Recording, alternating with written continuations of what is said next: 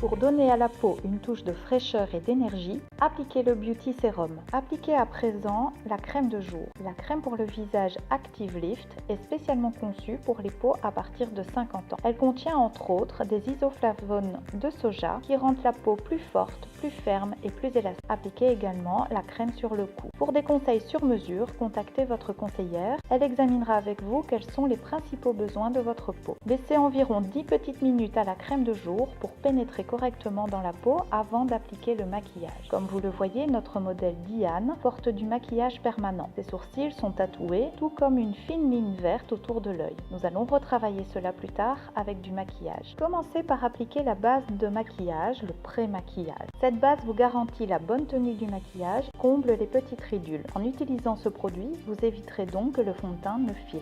Appliquez une base spécifique Eyeshadow Primer sur les paupières pour éviter que l'ombre à paupières ne file dans les ridules. Afin de neutraliser les rougeurs sur le visage, appliquez un correcteur vert. Pour la base, utilisez le fond de teint Perfection.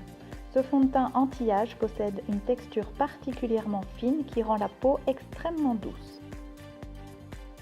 Si nécessaire, utilisez ensuite un correcteur pour camoufler davantage les petites imperfections. Vous pouvez également utiliser le correcteur au-dessus de la pommette pour apporter une touche de lumière. Poudrez le visage avec le maquillage 7 secondes. Cette poudre compacte a deux fonctions, fixer le maquillage et matifier la peau.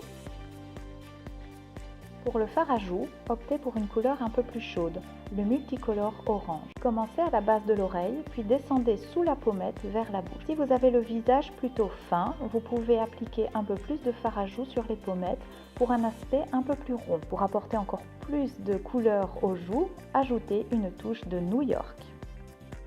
Étant donné que les sourcils de Diana sont tatoués, il suffit de les souligner un peu, de les brosser pour leur donner une belle forme et de les fixer avec de la cire. Laissez les yeux s'exprimer pleinement avec la palette d'ombre à paupières grise. Commencez par le gris foncé mat. Appliquez cette couleur sur l'ensemble de la paupière mobile et étirez le fard en l'atténuant jusqu'au-dessus du creux sous l'arcade sourcilière à l'aide du pinceau estompeur. Ensuite, appliquez au centre de la paupière mobile le fard gris foncé satiné. Un petit conseil pour les paupières tombantes, appliquez une couleur plus foncée jusqu'au-dessus du creux sous l'arcade sourcilière, soit justement sur la paupière tombante. Cela agrandit le regard. Faites attention à ne pas mettre trop de fard satiné ou pailleté, car cela accentue les ridules. Pour faire ressortir encore davantage les yeux, soulignez votre regard d'un trait de kajal noir au bord des cils de la paupière supérieure et estompez-le avec un petit pinceau. Vous pouvez aussi appliquer un peu de kajal entre les cils de la paupière inférieure.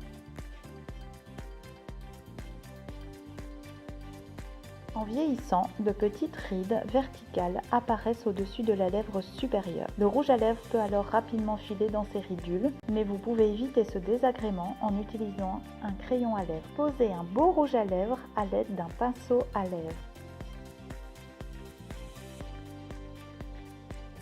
Diana met un peu de mousse volumisante dans ses cheveux et fixe le tout au moyen de la laque puissante.